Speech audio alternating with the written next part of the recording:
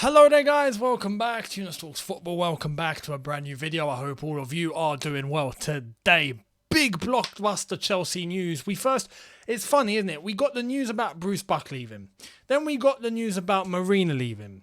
Then we got the news about Lukaku out of the door, which we're going to come to because that came out last night. And then today we get more news, and that's to do with the board of directors at Chelsea Football Club. There's been an entire change at the top of Chelsea Football Club, at the head of the table, right? Massive changes, which we're going to come to. And at the end, we've got news coming from Germany and we've got news coming from France. Anyway, let's get right into what I have planned to show you guys today, which is we're going to start off with the board of directors at Chelsea Football Club. Massive change announced today. Let's get right into it and see what Chelsea have put out. This is what they put on their Twitter page this morning and across their socials. Chelsea Football Club has today announced a series of appointments to its board of directors and other leadership changes.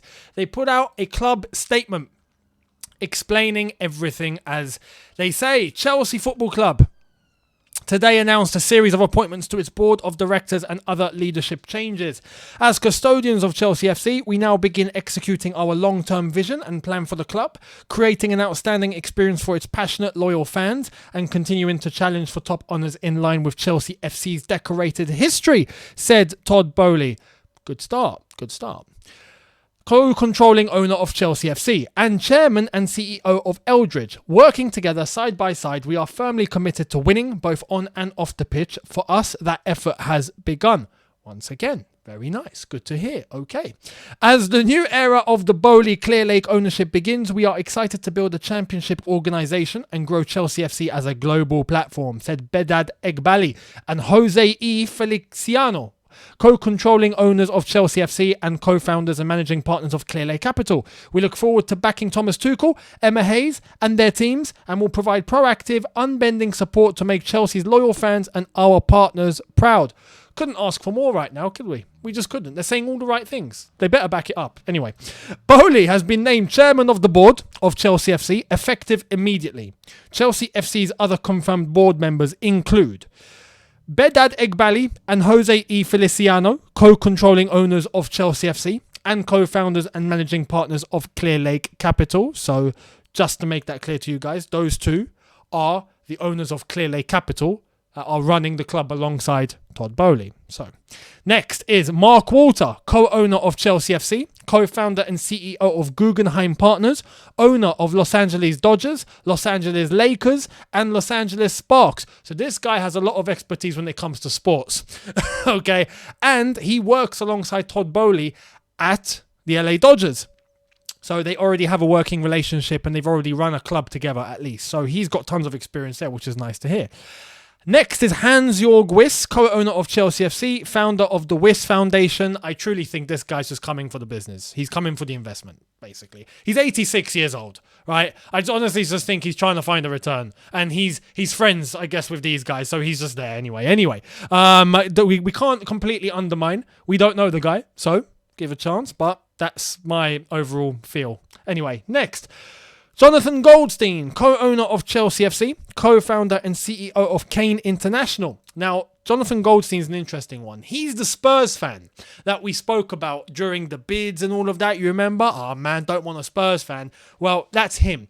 Now, he is co-founder and CEO of Kane International, who he has worked alongside, once again, Todd Boehly. So they already have a very good working relationship. But apparently when it comes to having a footballing mind, Jonathan Goldstein seems to be that guy. So apparently he's very well resourced when it comes to football, and he's very well clued up and knowledgeable. So I'll give him his due. Yes, he's a Spurs fan, but you know what? If he pulls off some good decisions, fair play, and if he can help Todd Boehly along the way, then happy days. I'm all for it. Next is Barbara Sharon, director and co-founder of NBC PR. Now, she is a lifelong Chelsea supporter, so that's nice. Good to hear. And she is, I think, coming in just to take care of PR. In terms of public relations and how the club is seen in the spotlight, in the public, for the entire world, she is basically running that, I think. Anyway, that would be her expertise. She runs NBC PR, you know. So, wise to have someone who is knowledgeable on that front that can steer Chelsea and make the image of Chelsea look very good to the public eye. Anyway, next, Lord Daniel Finkelstein, OBE, columnist and former executive editor of The Times. He is also a lifelong Chelsea supporter, conservative peer, so I think he's a Lord as well, so he's in the House of Lords. But he is, I think, having a very good relationship with the government and whatnot. But anyway, we're in good hands in that case. But lifelong Chelsea fan on the board, okay, happy days. Next is James Pade, partner and managing director of Clear Lake Capital. So he has clearly come along with Bedad Egbali and Jose E. Feliciano in order to complete the board. The announcement includes the departure of Marina Granovskaya, director of Chelsea FC. Bowley will operate as interim sporting director until the club names a full-time replacement, continuing the club's work towards its targets during the current transfer window. Chelsea FC and Miss Granovskaya have agreed that she will remain available to Bowley and the club for the duration of the current transfer window, to the extent required to support the transition. We thank Marina for her many years of excellent services to the club and wish her all the best in her future ventures, added Bowley. And that concludes the club statement. We've gathered from that it's going to be Todd Bowley as the interim sporting director, as the current brand new chairman of the club, that is continuing the club's works towards its targets during the transfer window. So it's going to be him that's running this transfer window. Marina is on deck and is available should we need a helping hand at all up until the end of the transfer window, and that will be the official end of Marina's time at Chelsea Football Club. I do want to take a very quick moment to say 2016 to 2018 Younes would be very happy right now that Marina has left. And for the OGs up in here, you remember and exactly know what I mean. But now I have to say there is a newfound respect. There is a thanks towards what she's done. Although it's not been blockbuster and phenomenal and perfect. There have been mistakes. The mistake, clearly, her last signing was Lukaku. I mean, bloody hell. But overall, in terms of how towards recent years she steered the club, at least on the money front, she's done an exemplary job. So I wish her the best. I really do. Been at the club for a very, very long time, operating in her role since 2013 or 2012, 2013, I think it was. So I wish her the best. Good luck, Marina, and thank you very much. But Todd Bowley's taken the reins. We have completely now started a new era. A new era has officially begun as of today. We've got a brand new board in place. We've got a new chairman in place. We've got a sporting director that's going to be coming in at some point. Who is that going to be? And it's what we've wanted for ages, a sporting director, someone who is going to come in and focus on directing the club from a footballing standpoint. Finally, bearing that in mind, Petr Cech, his future's up in the air because he now needs to make a decision as to whether he's going to be staying or going. He will be holding talks with Todd Bowley very, very imminently. So we'll wait to hear what happens there. He might stay, but he might not. So we'll wait and see. Now, talking about the latest appointments and whatnot, the Chelsea Supporters Trust have spoken and given their view on everything. So let's check it out. Chelsea FC announces new board of directors. They have said, "It is with sincere pleasure that the Chelsea Supporters Trust welcomes the new board of Chelsea FC. After a turbulent few months, we are hopeful that the new board can bring stability, prosperity and success to our incredible football club and its loyal supporters. The CST notes that lifelong Chelsea supporters Lord Finkelstein and Barbara Sharon have been named on the board. We welcome them both and look forward to continuing and building on the positive discussions already held with them and the rest of the board." This is good to hear. This is very, very good to hear. And it's nice that we've got two actual in and out Chelsea supporters on the board. You know, despite their professional lives and the fact that they are coming in to do a job and they're not there as fans, but it's nice that they have at least an emotional connection. Lord Finkelstein, Daniel Finkelstein, as he's known for some, obviously his name is Daniel Finkelstein, has gone on Twitter to give his view. So let's check it out. He says, "I'm so proud to have been named the director of Chelsea FC. Serving on the board of the club I have always loved is a privilege I take very seriously. I will read and reflect on fan messages, but it will often not be possible to indicate assent or dissent." And fair play to him. He's a busy guy. Trust me, I like to hear that he's not actually going to be on Twitter all the time talking to fans and giving responses to the views that fans have given. You can't do that. You can't. Realistically, you just can't. The odd one here and there doesn't hit him, it doesn't go amiss, but it's nice to hear that he is very, very up for it, and he's given a picture of him in a Chelsea shirt back in the day. That's a very, very old Chelsea shirt. I think that's from the 70s. So yeah, I mean, fair play. It's nice to see, and yeah, I wish him the best. Now we've already got to work. Let's go into what happened yesterday. Romelu Lukaku has left. He is about to join Inter Milan. It's a done deal. Finally, what's the done deal? Fabrizio Romano fills us in. Romelu Lukaku from Chelsea to Inter deal details. €8 million loan fee guaranteed. €4 million in add-ons related to performances. Don't hold your breath on that one. If he's going to play like how he did at Chelsea, we ain't getting a penny.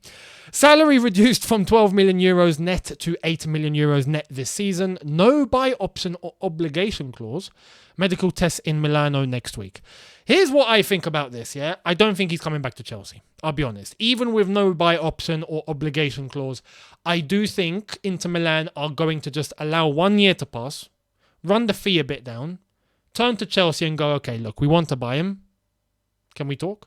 And then I think a fee will be quite low, if I'm being honest. Because, yes, despite him still being a Chelsea player, I think it's going to happen. Now, Inter Milan could pull off an absolute madness and scam us again. They actually could. Theoretically, they could take him for 1 year. At the end of that year, send him back. Go on, Chelsea, we want to send him back.